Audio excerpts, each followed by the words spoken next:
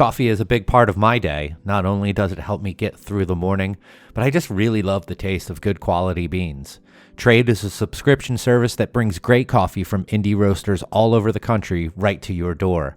Tell Trade what you typically like, whether it's espresso or single origins or even decaf, even how you like to make your coffee, and they will recommend the right beans for you. Or you can just choose from over 450 different coffees. Then you select how often you'd like the coffee delivered to you. Shipping is always free, by the way. And if you need to skip a week or so, just do that. You can do it. No charge at all. Then pick back up when you're ready to get beans delivered to your door again. Go to unitedwedrink.com/trade to get started with Trade today and start getting some of the best coffees in the country delivered to your door. That's unitedwedrink.com/trade.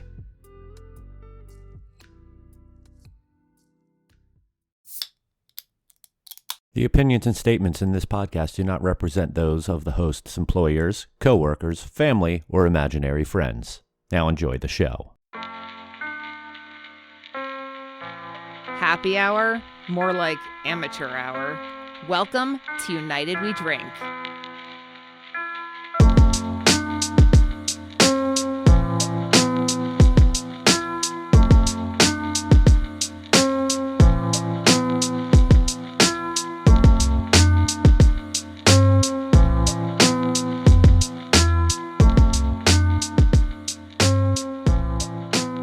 Hello, everyone, and welcome back to another new episode of the United We Drink podcast right here on unitedwedrink.com, as well as Apple Podcasts, Spotify, Stitcher, Google Podcasts, Amazon Music, and wherever fine podcasts are found. My name is Mike Urevich, and I'm doing this alone, this intro alone, so you know that means we have a guest, and I'll be getting to that in just a second. But the fun thing about doing these monologues by myself in the intro is I can make fun of Kevin. That means you're not going to hear him say, "It's an honor and a privilege to be here, Mike." And you're not going to miss that, are you? Not really. But anyway, I said guest. Yes, we have a guest. We have a really fun guest. We are joined today by Sam Phanor of Savage Lyfe Beer Company in South Florida. Sam's company, Savage Lyfe, is actually a brewery in planning, but he's doing contract brewing, he's doing collabs, he's doing gypsy brewing at places all over South Florida to get his beer out there into the market already so people see his name and recognize his name and taste his beers. He's also super highly involved in charity work, and he's going to talk about that in detail in a little bit. But he has a really interesting story from military to law enforcement to charity work to marketing and into beer. So it's a fun little journey that we're going to go on here, and we really hope that you enjoy this conversation that we have with Sam Phanor from Savage Lyfe Beer Company.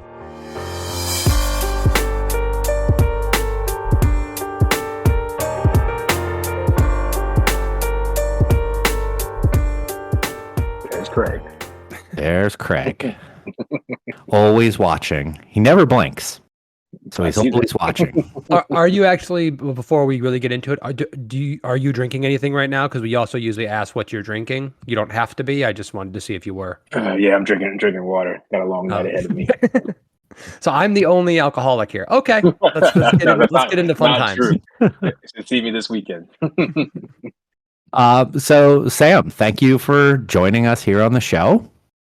Well, man, I'm excited. I'm really pumped. I've seen the podcast. I'm happy to be on here with you guys. Awesome. And you're a local here with us down here in South Florida. We tend to have guests from all over the country, and I feel like it's been a long time since we've had someone who is from our neck of the woods as a guest on the show. So South Florida representing on this one. Representing hard. Let's go. So you, Savage Lyfe Beer Company it's a brewery in planning as of right now, and you're doing like gypsy collabs. Are you doing gypsy brewing with having some of your brands out there? Yeah. So currently, right now, we have production coming out of Unbranded. We're usually doing 5 barrel batch turns, and hopefully once or twice a month, depending on their brew schedule. Okay. And is that mostly, or is that going out to market, or is that just in their tap room? So majority of that is going to barrels. Our flagship Pilsner, which is a Bohemian foeder aged Pilsner, that goes out to distro. And we kind of rotate that every like 60 some odd days. It spends about 4 weeks in a foeder after fermentation, and then into bright to carb up, and then right out to distro. And I usually grab a couple of slims of that so I can, do the festivals or attend different events. Awesome. Where are you mostly distributed at?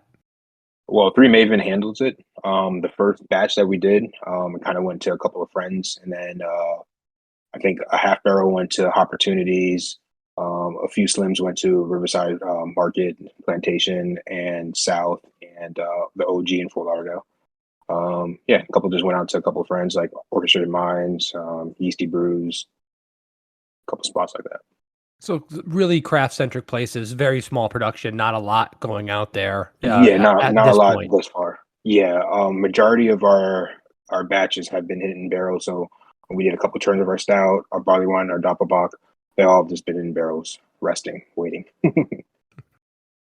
So we jumped kind of just into talking about the brewery there, but let's talk about the crazy person who wants to open up a brewery in South Florida in 2023. So let's hear a little bit about yourself. Like what I know that Kevin told me that you have a history in law enforcement, Yeah. and then what got you from there to where you are now in a, like, you don't have to do a super abridged version, and it also doesn't need to be a novel, but tell us about this very strange So journey. so I joined the army in 2004 after I got out of high school. After my first tour, I came back home and my buddy was like, "Hey, come visit me in Tennessee. You have a great time." While we were there, we visited the Jack Daniel distillery, and ever since then, seeing the process of alcohol being made, I kind of loved it. I wanted primarily I wanted to open up a distillery because I'm a huge whiskey guy. I saw that process and I definitely loved it. I kept doing some research. I never pulled the trigger on like getting like my little home distilling kit. But after my second tour, a couple of guys were making hooch by throwing a bunch of like fruit in the bucket and having that ferment out. It came out pretty disgusting, but that again was like one of those motivations. Like, oh man, I definitely want to try this and explore this a little bit different. But the entrepreneur bug was inside of me. I didn't know exactly what I wanted to do when I got back home for my second tour, which was in 2011. But I definitely wanted to do something in the beer world. Or the beer and alcohol world. However, I didn't have the opportunity. And I think from that point, I decided to do something within the security world because I went to Iraq twice. And I was like, all right, this is some skill set that I actually have, and I can actually try to bring this to real life. So I started trying to open up a security business. That was my first thing in entrepreneurial. And back then it was like 2013. It was like a really weird time frame for businesses that are just coming out because they had like social media just popped off, online digital marketing just popped off. And as a young security company, we're like, hey, we don't know what route to go. And there was all these networking and attend these networking groups and knock on people's doors and do cold calling. So we were really confused. And I started learning a little bit about marketing, getting my wheels spinning on marketing and how I can market my security company. All else fails, we got off the ground, but we weren't able to successfully pick up any clients. So at that point, I was like, all right, the easiest venue to do is become a cop. I have these life skills. So I joined the Margate PD in 2014. And through there, I learned a lot about security, police protection and all that. But I was still really heavily wanting to get into the beer industry or the distilling industry or the alcohol industry itself. 2017, I took a marketing trip to San Diego, this marketing conference. And while I was there, my girlfriend took me to this one brewery, and I totally forgot the name. And I tasted this big barreled aged pastry stout. And when I tasted it my first time, I was like, wow, this is insane. When I got home, I ordered my Mr. Beer kit. And ever since that day, I've been trying to replicate that recipe.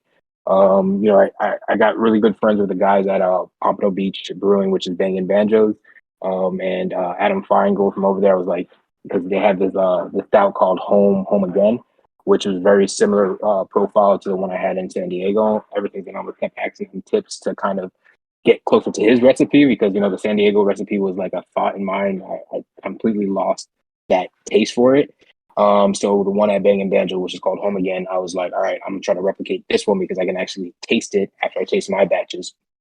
And that's how I kind of fell into like home brewing. In 2019, I joined Master Brewing Academy. And at that time, I didn't know if I really wanted to get in here, but I definitely wanted to brew beer and get inside the industry. By the time I was a cop, so it was really hard for me to free up some time for myself to actually work at a brewery or quit my job to work at a brewery, just because of pay and things like that. So I was like, what other way can I get inside of this industry? So I launched this podcast, which I was interviewing, different brewers, different owners. Man over here, Kevin, was episode number 2 that I did back in 2020. And that was a great time. And my whole objective was basically learn the ins and outs from the marketing standpoint and continue to perfect my craft with homebrewing and doing different competitions and stuff like that. And then it wasn't until 2021, which I had my first commercial collab with Orchestrated Minds. Mr. Davey Martin put me on game. He took my homebrew recipe and we kind of scaled it up, and we did a 1-barrel batch. And I kind of jumped around from there. But in 2019, like I said, the entrepreneurial bug bit me, and I always wanted to do something. One of the things that I wanted to do, and one thing that I was really strong in, ever since like 2013, I've always been in giving back. I've been part of my church, giving back to, they have Church by the Glaze that have these annual things that are called Serve the City, where you go out and you provide different resources to different organizations, not-for-profits, and also they also give food to underprivileged residents in different areas. So I've always been a part of that. I've been part of Big Brother, Big Sister. But one of the things of being part of all of these organizations was not able to see the money go towards the end. Like, a lot of times I give money and you're like, oh, where is this money going to? So one of the things what I wanted to do was control where that money is going to. So in 2019, I started this company called The One Life, and I teamed up with this company called Water is Life. And I kind of got that inspired by that idea when I was at the 10X conference. Grant Cardone, who's a social influencer slash real estate mogul, entrepreneurial times 10. He had this 10X conference down in Miami in 2019, and just to give you guys a scale of this, it was in a Marlin Stadium, and the guy parachuted from an airplane into the Marlin Stadium and put on this 3-day event. But one of the speakers, his name was Jesse Isler, who is married to Sarah Blakely, the creator of Spanx. He has said that if no matter where you're at financially or where you're at in your life, if you're able to give back to somebody and just go all in on whatever your idea is to help people live a better life, then you're onto something and you'll get it tenfold. I was never worried about really getting it tenfold. I just really wanted to do something that's like impactful and helping people out. For me being a cop, I think I established, that I'm not going to take people's money or anything like that. So I think it was an easy vehicle for me to kind of raise funds that I'm taking on my hand. And people gave me $1 and I'm making sure that dollar went to somewhere. So when I was at that 10X conference, I was like, all right, what kind of idea can I create that can bring people together, motivate people to live their best life? And I was like, let me think about all these different names. And back in like 2015, I bought this domain called One Life, and I was always thinking of this to create stationaries for entrepreneurs and people to live their best life. When I was getting my master's degrees at Nova, I always wrote like one life, like you have one life to live, and all this kind of things. And I thought that would be a really great way for me to like break into this area and motivate people to live their best life while also whatever cause that I was trying to get into to support that. So when I was at the 10X conference, I remember that I had this domain called the One Life. So I was typing it in to see if anybody else had anything that was matching close. Didn't find anybody. After that, I started Googling like non-for-profits, and with Google's algorithm, they saw, I was typing the one life a bunch of times. This company called Water is Life popped up, and I was able to reach out to the owner of Water is Life. His name is Ken Thurrett, and I told him about this crazy idea. I told him exactly what I was doing. I was like, "Hey, I'm at this conference. I want to do something impactful. I want to motivate people to live their best life, and I think I'm going to create like a shirt company or something like that." He must have read my email incorrectly because he thought I already had this off the ground and I was like kind of ready to have this established. So he's like, "Oh, let's set up a call in like 2 days from now. Let's talk about it." So I got on the call with him and he was like, "Let me hear this idea." And I was like, "Oh, this is the idea." He was like, "Well, do you have any shirts ready?" I was like, "No." "Do you have a website?" I was like, "No." And then within 2 weeks, I was able to have the website up, shirt ready, sent to him. And he was like, "All right, great. So how much donations do you want to do? Like, what cause do you want to do, like help?" And what Water is Life, what they do is they go around the world and try to cure the world's water crisis in a bunch of poor places that don't have clean water resources, um, and or don't have ability to get water or anything like that. So initially, I wanted to help the area in Flint, Michigan, in the United States, but he already told me that with stuff like that, it's like a lot of government bureaucracy. It's going to be really hard for you to really make impact there. He's like, "Do you have another place that's close to you?" And I've been to Haiti on the mission trip, and I knew that Haiti was a place that I wanted to kind of support. Um, with that being said, we set up, Haiti's going to receive all the money, and I told him 100% of all the proceeds made from my shirt sales are going to go support these people. Long story short, after 6 short months of doing a bunch of community events, non beer related, I was just home brewing, but I never thought of blending those two together at that time. 6 months later, I was able to raise just shy of $11,000 that went to support 450 families in a rural part of Haiti.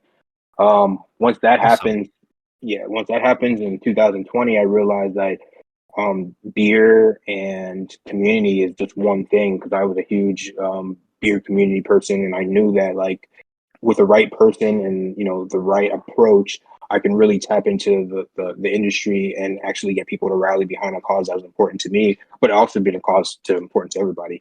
And so in 2020, the reason why I pivoted from the water resources to human trafficking was as a police officer, I realized there was a lot of um, human trafficking happening in our backyard. I wanted to get involved with so many different groups and stuff like that, but it was like a lot of threshold between departments and the federal level and stuff like that. But I was like, all right, what can I do to make impact myself? And they were like, well, we need resources, we need help, we need people to go out there and be the person who's championing for these survivors, and let them know their stories. And I was able to team up with this one of my great friends. Her name is Callie Sheehan. She was actually human trafficked and a survivor of human trafficking. She started getting trafficked when she was 7 years old. Her parents moved her here from, adopted her from China and moved her here to New York. And from day one, as soon as she came home, from age of 4 to 7, her father or her adopted father would let her watch porno and let her see him and his wife, um, you know, in the bedroom and stuff like that. And he started grooming her by the age of 7 till 15. She used to wake up, go see this person, go to school, and come back home, do her homework, go see the next person, and that was her life for almost 10 years. And we got together and I told her about my idea. She felt really cool because I was a police officer. So she really felt that kind of safeness and, getting to meet me and coming to my events and seeing everything that was happening. We were able to champion. And, after a collab with Feral Monks, we're probably looking around 16 to $17,000 in the past 2 years that we have raised for survivors of human trafficking down here in South Florida. So Sam, I want to jump in there real quick and listen. One of the reasons why we wanted to have you on here, and full disclosure, we did just do a collaboration beer with your brewery, and we've spoken a few times over the years, and we actually put this Imperial Pilsner together. It took like I want to say like 8 months since the time we started talking about it to actually making it, and it didn't lager that long. Everybody, it lagered properly, but didn't lager for 8 months. But I met you for the first time, I believe, at Odd Breed, because you used to come in and volunteer a lot for Matt during Mhm. bottling days. I think that's the first time that I met you. But the concept that you have with your philanthropic nature of your business was the thing that fascinated me the most. And obviously your entire backstory and coming from being, a serviceman to being law enforcement, and your interest is, I mean, it's fascinating. It's a really great story. With your business, so right now, I believe the charity that we are donating for We Who Remain, which is the Imperial Pilsner, is Christie House, right? That's correct. Is that your major? Are you doing a lot of work, or are you doing with different charities for different Uh, beers? Currently, right now, they're going to be the ones I'm doing for the next 2 to 3 years. Okay. Before this, I was working with the Broward court system with Judge Stacey Ross from the Girls of Rise Court. Her program is pretty unique too. She basically realized there was an unprecedented amount of females, especially from the ages of 10 to 13, that were getting arrested for um, driving with no car, shoplifting, and all these things. And there were kind of symptoms to their environment. They were either being pimped out, human trafficked, or they were, runaways and stuff like that. So she realized that there was unprecedented amount of these females that were getting arrested for these causes, and she tried to figure out what the reason was. And that's why she created this diversion program called the Girl and Rise Court of Broward County, where she can identify these individuals and then start them on the right path to getting out of that type of life. So we worked with them for probably about towards the end of 2021. And then she actually introduced us to Christie House. And the reason for that is because a lot of my events, I would like the people to be there to kind of show face and talk about it, and talk about the work that we have done, the money we have raised, put a real good face to what we're doing. And because of her position and being a judge, it was hard for her to do so, because there was a conflict of interest on both levels. So that's why we kind of pivoted and went through the Christie House, even though that she still works directly with the Christie House. The Christie House, the CEO, Amanda, she can come out and talk about it, and she can come out and and get involved in our different events. So that's why we kind of pivoted over to the Christie House. So in your business model so right now, I mean, we touched on this. You're producing some beer that's getting out into the market, but you're putting most of your beer in barrels. Mike touched on the fact that, you have a brewery and planning it. So, so you're not producing a lot of beer at this point, but is it the plan for like a total percentage of your company's income to go to charity? Is it per batch you're putting X amount per brand? How does that work? So right now, with our distribution with Three Mavens, they already have it built in. Some philanthropy money goes back to a charity of your cause. So it's 2% of every keg is going back towards the Christie House. We also just launched our membership club, and called the Crown and Rose Society. $25 of every membership went directly towards our Christie House, which is helping survivors of human trafficking. So we, through our membership bottle club, we raised $750 in the past month just for that. Our plans when we open up is for a percentage of every style of beer to go back to the Christie House in some form or fashion. It's an amazing model, man. I mean, it really is. I'm sure you get this a lot, but it's very impressive. I look at that and I'm just I'm amazed that someone could put together. I mean, we've seen this in different, you have the classic, Tom Shoes. You have a lot of kind of giving back organizations, and some of them are better than others. There are some people where that money doesn't actually get to where it's going. And also there's some times where they don't really need shoes, they just need money. So that's not all that important, but the model is amazing. Where are you at? I'm sorry. I have a lot of stuff to say about this, because I think that this is probably the most interesting part that I wanted to have you on here, is because you said something earlier that really connected with me, and in that, like, breweries and community, I think you kind of said breweries and community are kind of one. And I don't know if I necessarily agree with that, but I do really like the premise of that, because I do think that breweries should be like gathering places for communities, and should be very strong links in a chain of a community. and places that go out of their way to do that are very near and dear to my heart. And I wish that more places did embrace their communities that they're in, rather than just slapping the name of the city or town or whatever onto a t-shirt and merch and just selling it that way. But as for the philanthropic work that you're doing, like it's reminding me a lot of, I'm not sure if you're familiar with Ex Novo in Portland, Oregon. They were founded on the complete premise of I think it was drink beer, do good is their saying, and they donate 100% of all their net profits every year to local charities in the Portland area, and they even have found ways to donate even more. Like they started with as a nonprofit, and they've changed their classification in order to allow them to give more of their profits over the years. And I've been following along with them for a number of years. Got a chance to visit when I was in Portland before. They make great beer on top of doing good for their communities. I also love that you're on here giving numbers. You're saying how much you're going to give, because I feel like that's a big thing that breweries shy away from when they're talking about what they're giving. They're just like, we're going to give a portion of the proceeds to, like, no, you're saying how much, and you're putting your money where your mouth is. And I really appreciate that. Transparency, honesty, about what you're going to give and who you're going to give it to.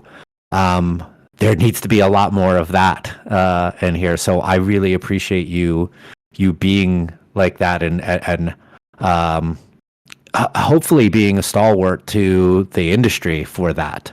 One thing I would say as a kind of mild criticism is, you should put that shit all over your website more.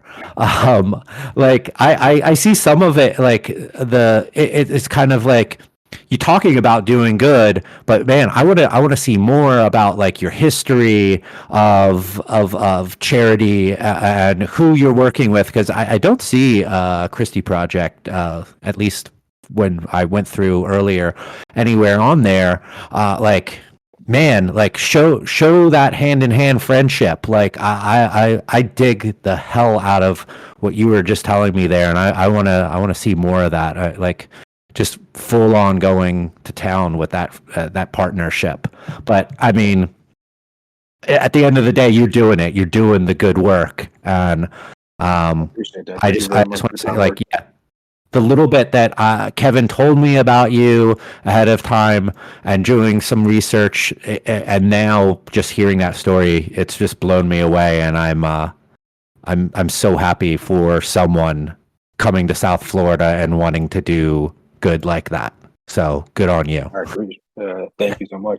But you know what? Like, one of our biggest contributing factors is, like I said, the community, because so many people come out in droves and help and support and buy shirts, buy merch, and if it wasn't for them, like this work, like this momentum that we're getting is based off of like the South Florida beer community, and that's what we're happy about. We're so happy for them to really embrace us, and then continuing like other brewer owners that give us an opportunity to come in there and do good work.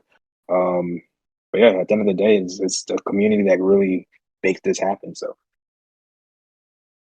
I knew you guys were going to get along really well, so I was happy for that. And I also have to say is that at some point, Sam, I'm going to have to introduce you, at least via email, to my wife, because she's a mental health counselor that works out of Lynn University, and she's very involved in a lot of charities for mental health, mostly related, but many other things. And I just think you guys could talk for a little bit. Yeah, we definitely talked, because you did talk a little bit. She met with a professor, so in the next month, 2 months, we're planning a collaborative project with us and Lynn University. What I really wanted to do with that project is, me being a student itself, is like you can do a lot of work in-house, but you never have the chance of bringing that to a practical sense into that atmosphere and actually people buying and purchasing your stuff. So I'm a huge art person. I love art and design, and I really do appreciate what the kids are doing and everybody else is doing in the industry that's trying to like get out there. So the project is for them to create a label, and obviously a big percent of this, obviously me on brand and work out the details, is going to go back towards supporting the survivors of human trafficking. So their idea of the label is to kind of um, pay homage or bring awareness to human trafficking through their artwork.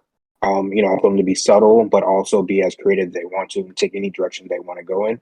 And we're going to pick the best label out of the whole class. I think there's like 15 different students working on this project.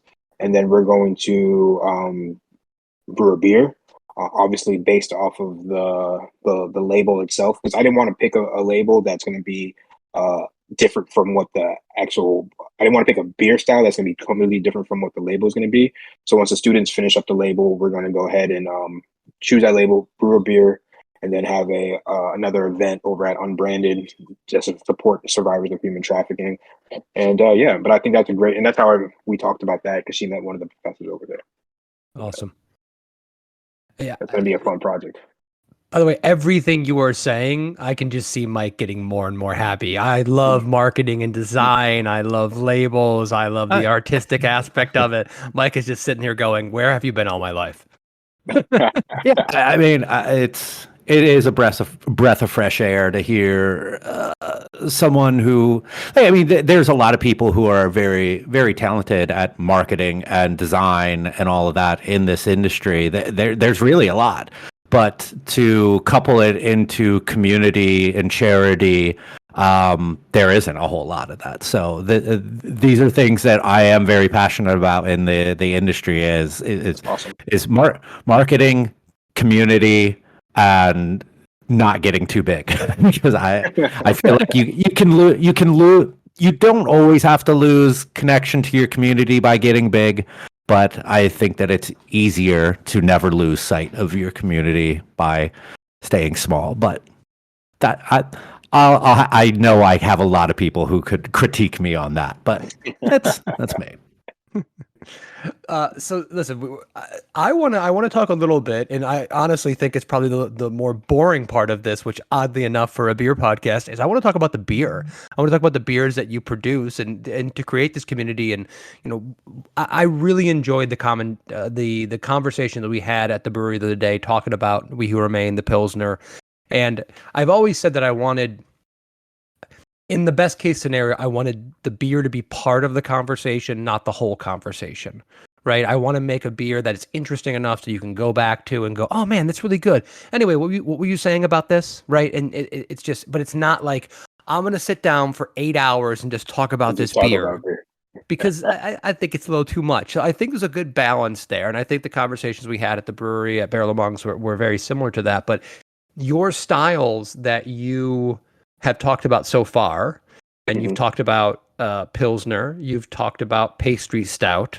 I've heard the term Doppelbock laid out there, big multi-beer, stuff that Mike and I love. But I don't know how many of the episodes of this show you've listened to, but we are not big pastry stout guys. Big adjunct stuff. We like some of them, not our favorite style in the world, but the juxtaposition of like a really clean, incredibly made Pilsner and then like a heavily adjuncted barrel-aged imperial stout with 10,000 ingredients, those are different principles. What is your passion, and how did you come across the styles that you are, making? So one of the things, so even though I do love my big pastry stouts, I've never created one by myself. Anytime I did something like that was with either a collaboration. What we pride ourselves is using zero adjuncts. I don't even use sugar. We straight, yeah. None of our beers have any adjuncts in there. Everything is getting from the wood, and that's what we kind of pride ourselves on is having the wood produce the flavors. Our last beer that we just released, Rankin Merit. We aged it in the Soto barrel, and people were picking up notes of coffee, strong notes of chocolate, peanut, and it was just crazy. I had Will from Dreamstone on the podcast, and he was just saying these crazy flavors. And to be honest, we use no adjuncts, period, not even sugar. Now, wait a minute here. You Okay. testify on that. So. But no, I got to digest that here for a second because that's not a pastry stout. That's just a really well-made beer. Like a pastry stout for me is like we're going to put 10,000 pounds of cherries. We're going to put 4,000 pounds of cocoa nibs. We're going to have it completely under attenuated. It's going to be vanilla. And by the way, some of the beers are delicious. Wisconsin. What's that? All the lactose from Wisconsin. So your goal is to get the flavors, which is what we're always talking about, and Mike and I are we are old curmudgeonly guys who are pining for the days of classic beer. We've established that's our lot in life. We'll own it, but subtlety and complexity and bringing up flavors through yeast and malt and fermentation and oak. I will take that every day of the week. That's joy. That's expression. That's talent. Is that what you're trying to do there? Because now you're making me fall in love with you, and that's just you don't need two big fans over here. That's exactly. I've never used adjuncts ever since I went to Master Brewing Academy. I initially was putting lactose in my beer when I was first starting home brewing, because I was trying to get different flavors that I thought that I needed to use lactose for. But ever since I started Master Brewing Academy, I was like, let me try to get as much flavor as I can from the grains I use, obviously from fermentation. And I used to get a little crazy and use like, 2 different type of yeast strains and stuff like that to really, I thought I was doing something special, but turned out I wasn't, just wasting my money.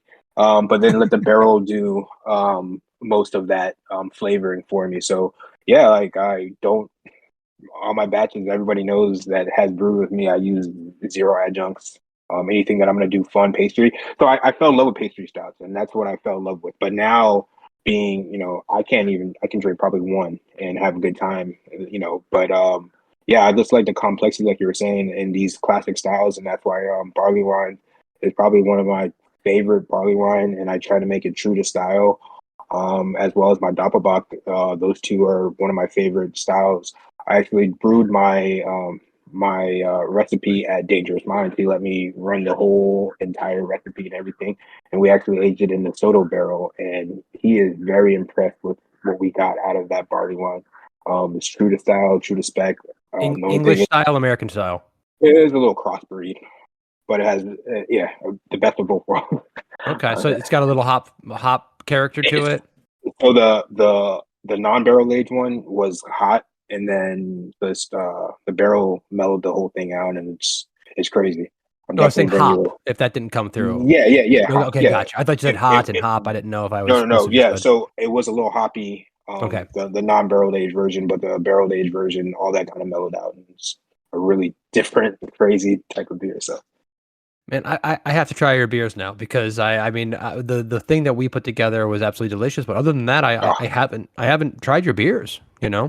I haven't had the pleasure, even though we will have one of your beers at our anniversary party, which I'm pretty proud of. I'm looking forward to that.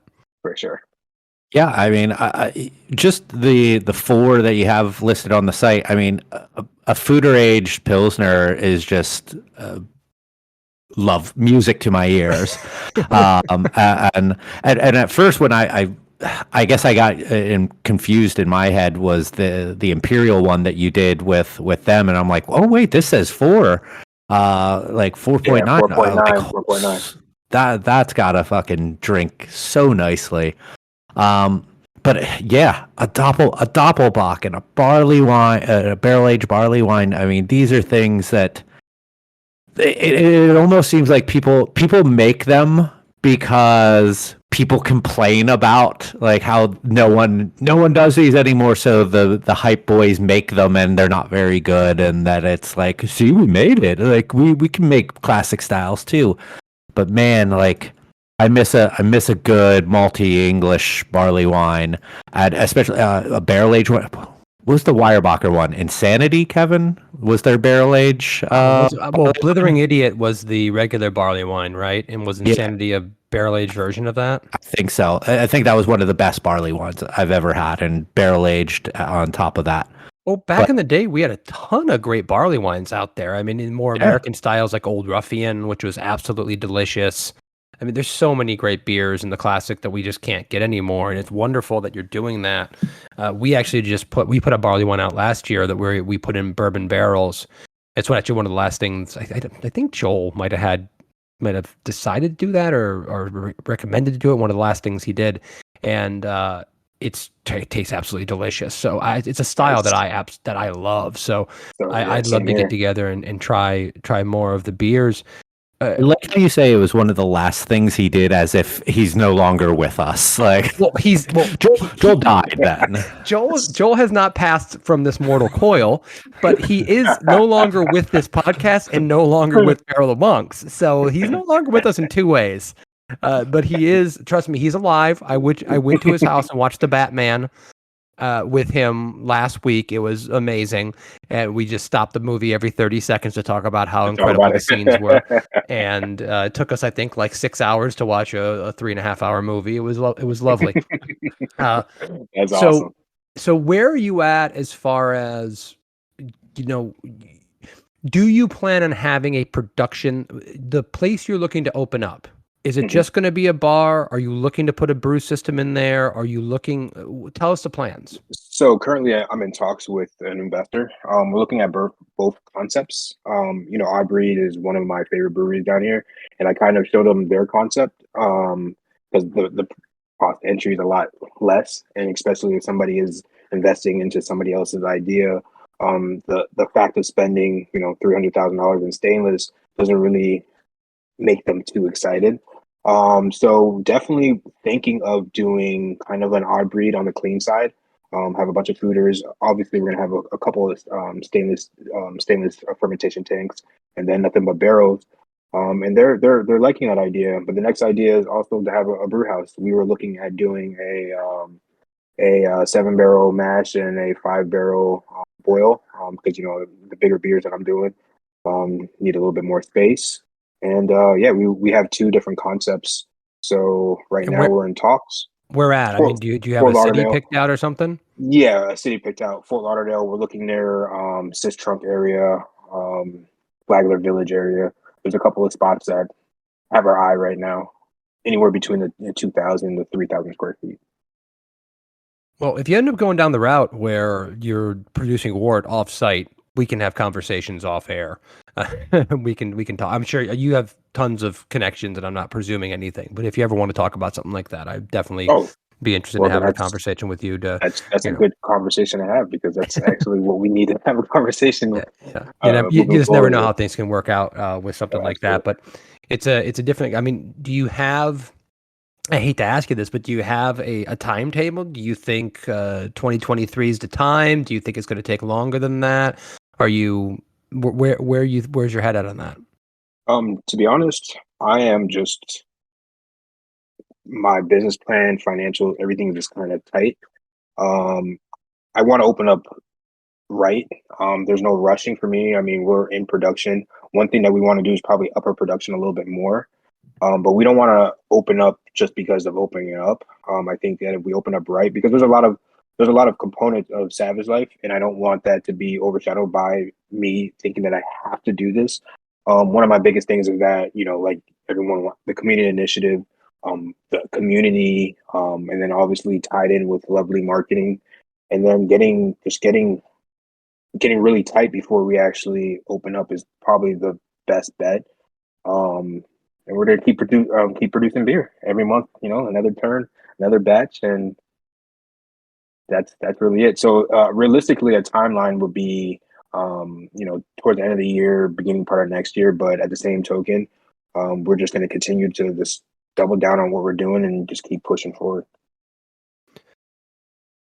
I have 1,000 questions more. Mike, do you want to jump in here before I monopolize this time?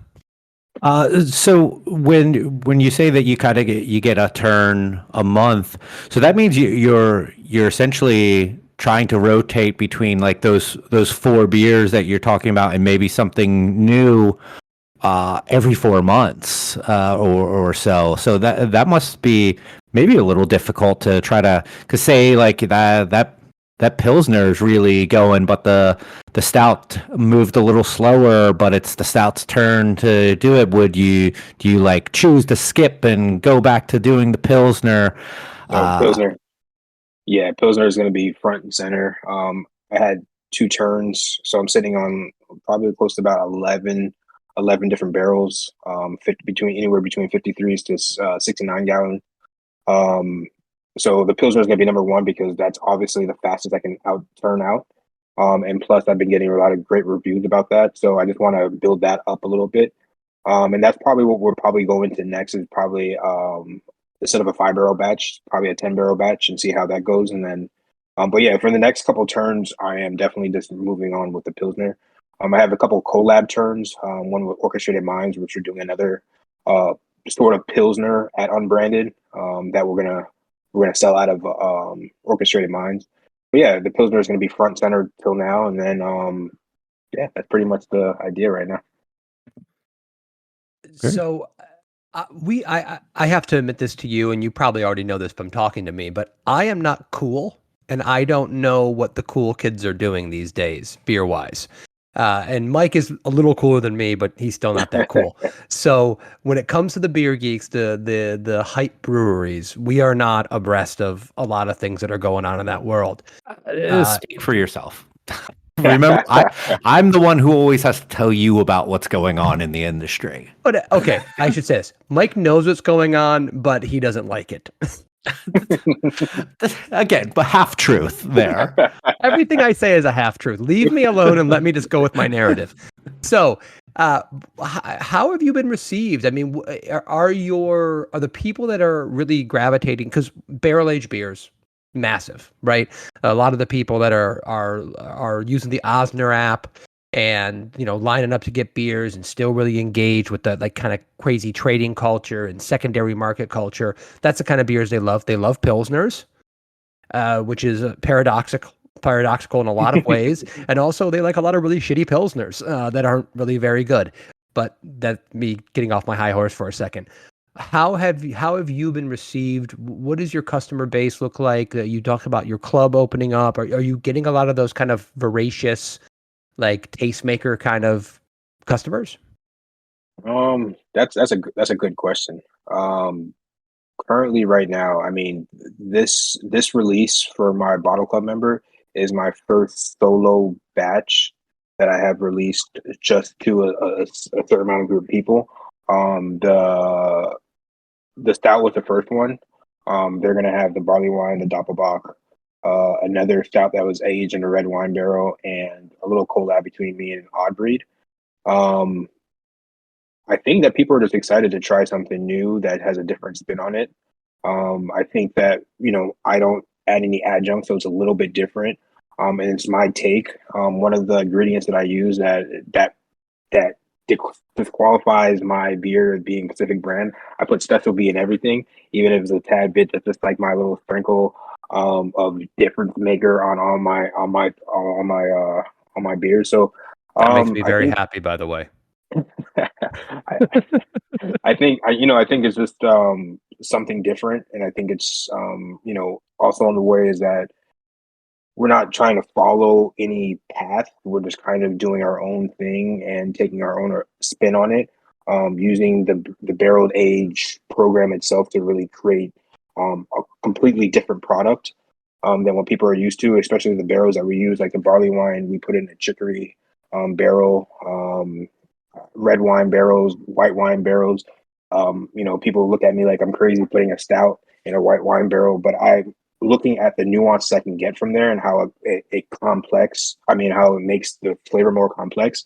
The stout that I'm putting inside of this white wine barrel and the white wine barrel can do to your beer isn't overly sweet because I did actually, in this particular one, I actually used honey because my goal was to put it in something that's going to dry it out a bit. And I want to see what kind of nuances that's going to create. And I think it's going to be, something fun and unique that people will enjoy.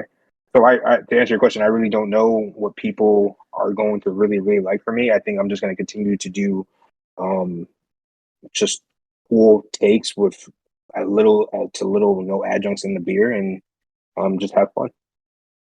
That's awesome. The bottles. So are you doing those at unbranded as well? Yeah. So everything is basically being produced at unbranded. I'm bottling wherever I can find space to bottle at. The last time I had to take my batch to Tarpon River and use their Blitzing gun. But unbranded does now have a bottling line that I can start utilizing. yeah, so basically everything is it's brewed out unbranded. I go there, I bottle everything and package it up.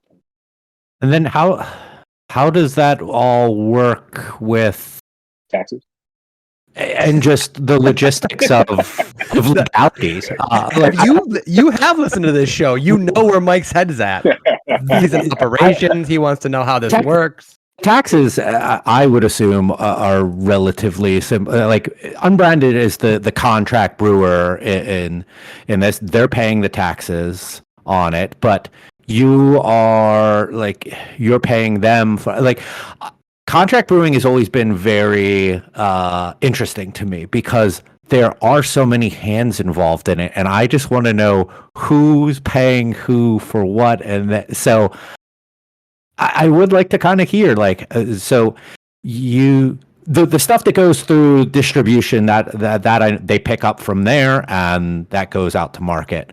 But yeah, for like something like a bottle club that is produced technically by unbranded under their license, are they then paying you then pay unbranded So we kept it really easy. So the bottle club thing, if you look at it as me giving a beer away at an event, so I'm paying marketing taxes for that beer.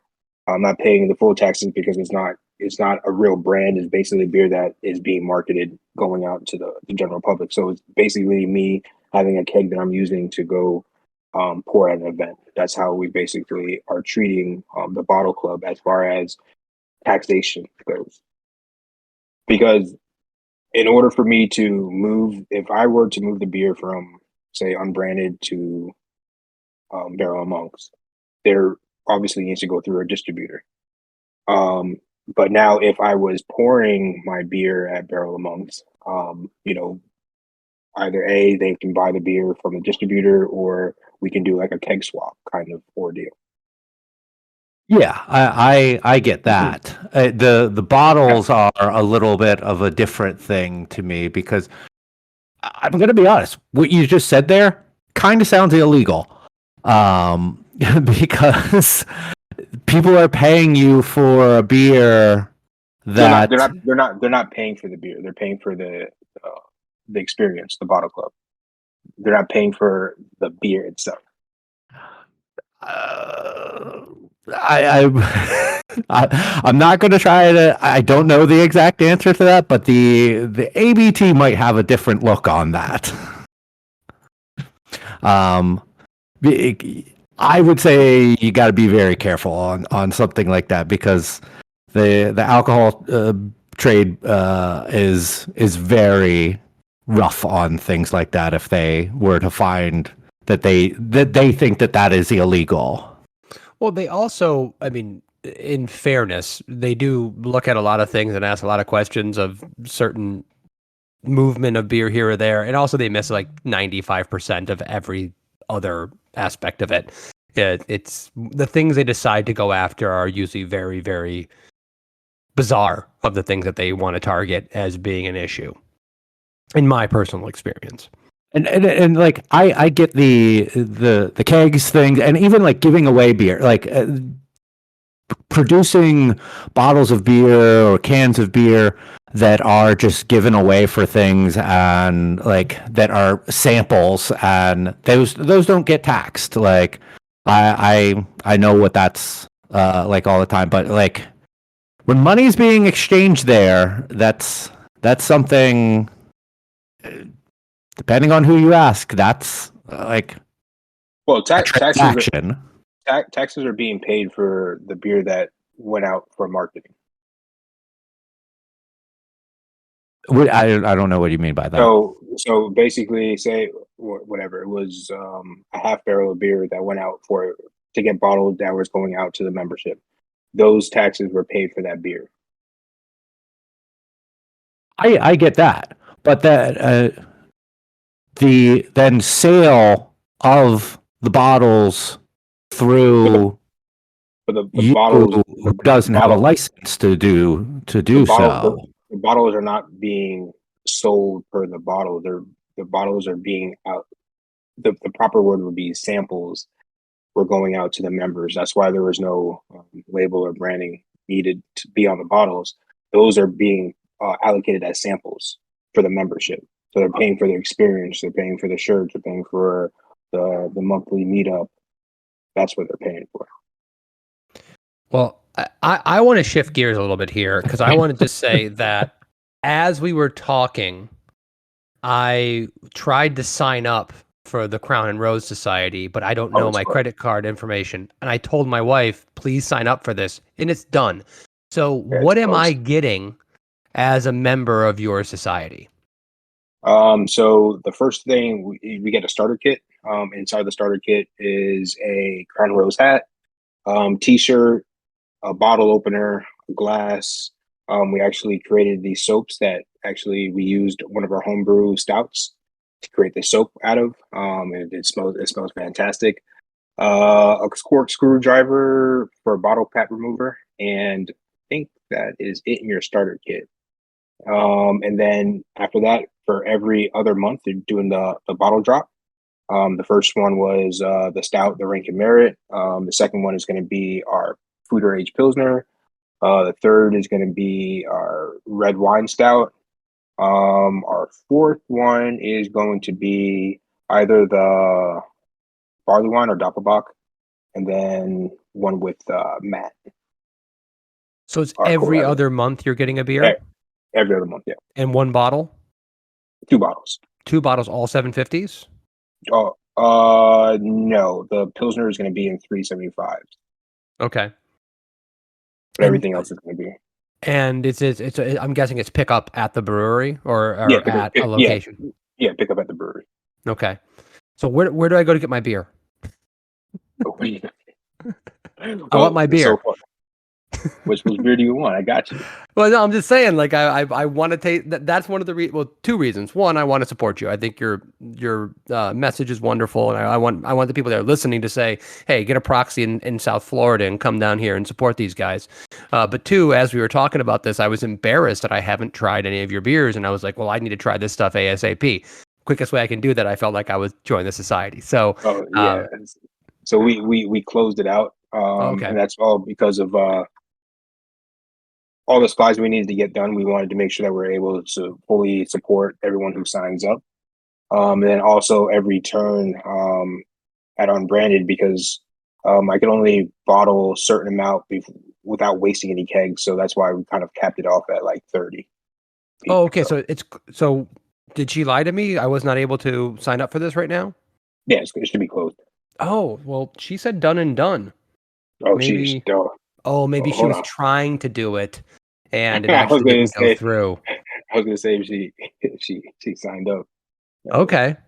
Well, either that or I'm a liar. One of us is deceiving the other. Maybe she's actually in the middle of trying to do it right now, and it didn't actually go through. But so you only have.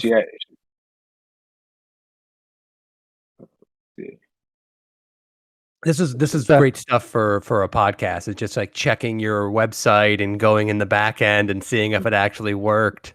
That was so crazy. It didn't play music the first time I was on the site, but then just then when I went back to play music, I'm like, what the fuck? Well, Kevin, you in, bro? Welcome to the club. Oh, so it wasn't closed. Did I just find a mistake in your website, and now I've? No, you're good. Okay. Yeah. I thought it was closed out, but you're good. You're in. Okay. I'm in. You're in. That was riveting podcast for the most part. It's a lot of checking websites. We were going through tax law. I mean, this portion of it is going to be the best part. People are going to be writing in talking about, man, the start of the podcast, average. The end with tax law and where you guys were just talking back and forth about things that was amazing. We're going to win a podcast award.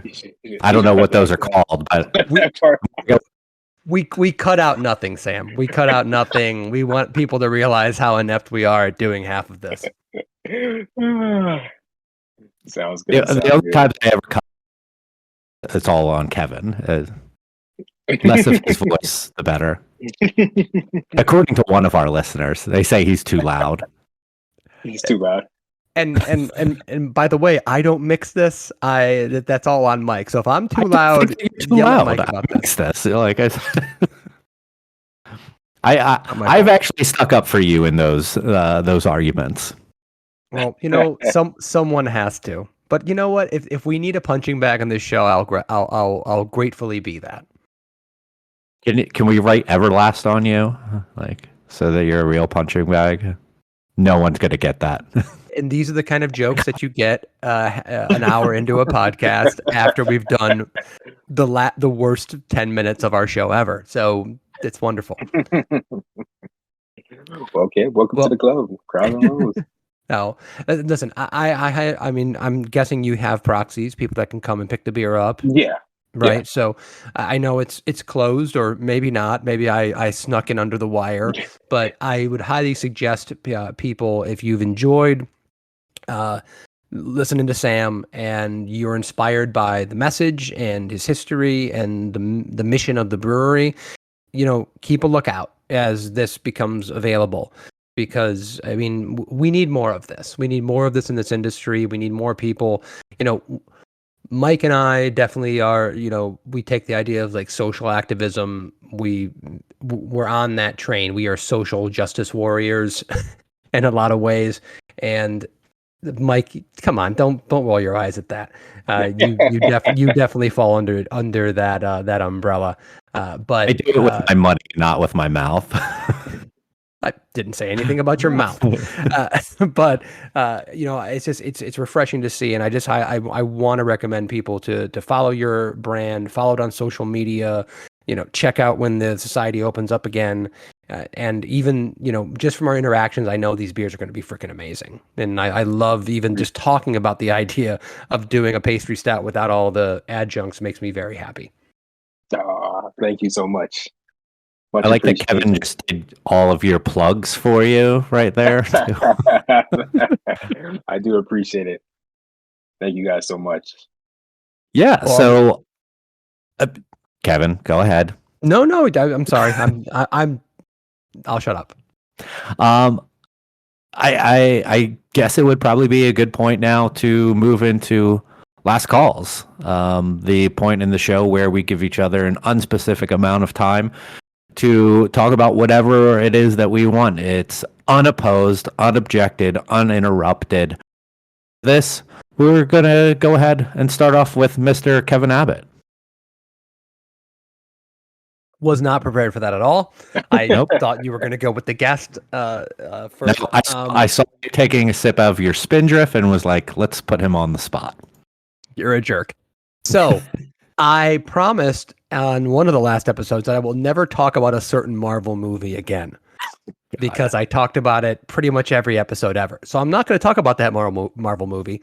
But over the weekend, because my semester in school is over, I watched both Wakanda Forever, and Allie and I went on a date and went to see Ant-Man Quantumania. I loved both those movies. They were both very good, and they both did not get great reviews. And I enjoyed those movies. They did a great job of suspending my disbelief.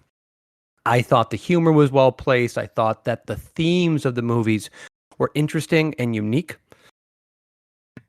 They were one of the great things about Marvel movies is when they can take something like a spy drama, like intrigue, like the second Captain America movie, or they can do a heist movie like the first Ant-Man movie.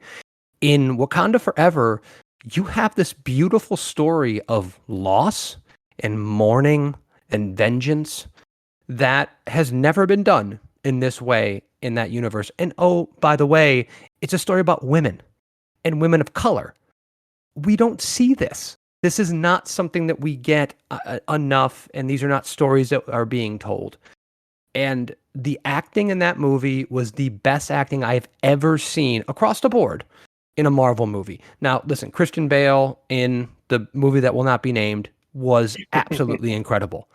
He was next level. And there's been great acting performances littered throughout the MCU, but as a whole cast, I have never been so moved. I have never believed it more. And when you are having a CGI fest of mer people fighting super soldiers, you need to suspend disbelief, and you do that by telling great stories that are emotional, that you can understand. And it did an amazing job of doing that. And then with Ant-Man, which was another CGI fest. And by the way, calm down on the CGI. I don't need, the Phantom Menace over and over again. But there was enough humor. I thought that the actor who played Cassie in Ant-Man was absolutely incredible. A lot of people hate her for some reason. I don't know. People just don't like strong female characters because they're jerks. But that was a really, really good character, and it had a strong feeling of social justice. Had a strong feeling of like understanding that we're going to fight for the little guy. And probably another reason why it didn't go over well with a lot of the mainstream fans. But anyway, very good movies. Enjoyed them. Jonathan Majors, I believe, is the actor who played Kang. Brilliant. Next level brilliant. And when I saw him in Loki, next level brilliant. And to do the same character but different in that way, and basically do an interpretation of what he did before, I mean, give him all the awards. So I've ragged on many things in the MCU. I love the MCU, and anyone who says that we are at a low point is completely missing the mark. This is the high point. We're getting great stuff, great world building, and I'm excited for what it comes next. Nice. By the way, watch Lovecraft Country on HBO. Jonathan Majors was in that. Really? It was awesome. Yeah, it was a series. That was the first time I actually seen him act. So. Yeah, that was my introduction to him as well. And just since then, he's such a powerful presence. The game. Yeah. I just want to. I'll jump in real quick. I just want to say, baseball's back, baby. I'm happy that baseball's back, and looking forward to a good season. And yeah, that's all. Sam, what would you like to say as your last call? Last call, I appreciate you guys hanging out with you guys for the past hour. I appreciate you guys letting me share a little bit of my story, what Savage Lyfe is going into, and I really do appreciate both of y'all's time. That's all I got. Go ahead and plug. Where can people find you? Your site, your social, and all of that. You can find me on Instagram and Facebook at Savage Lyfe, and that's spelled Lyfe Beer Co. Website, same thing, savagelifebeerco.com. And you can follow me personally and see where I'm going with my journey. Awesome. Yeah.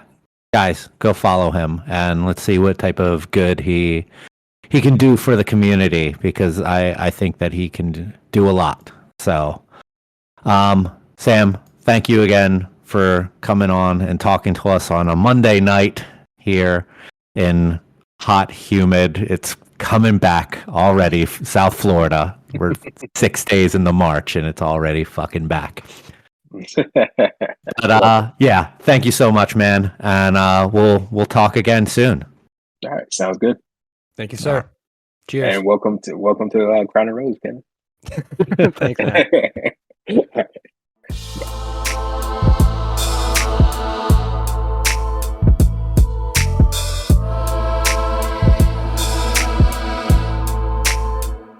One more time, a big thanks to Sam for coming on the show and telling us about his awesome company that he's working on.